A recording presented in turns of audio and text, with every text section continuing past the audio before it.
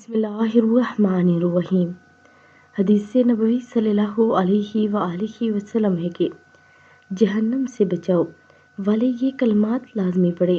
رسول اللہ صلی اللہ علیہ وآلہ وسلم نے فرمایا، اپنا بچاؤ حاصل کر لو۔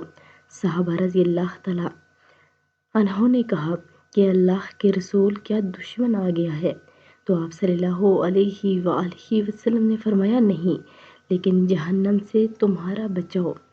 یہ کلمات ہیں: سبحان اللہ والحمد للہ ولا الہ الا اللہ واللہ اکبر۔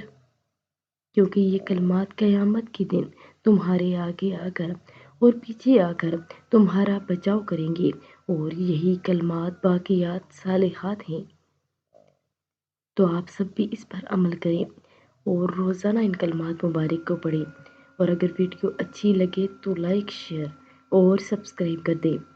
جزاک اللہ خیر۔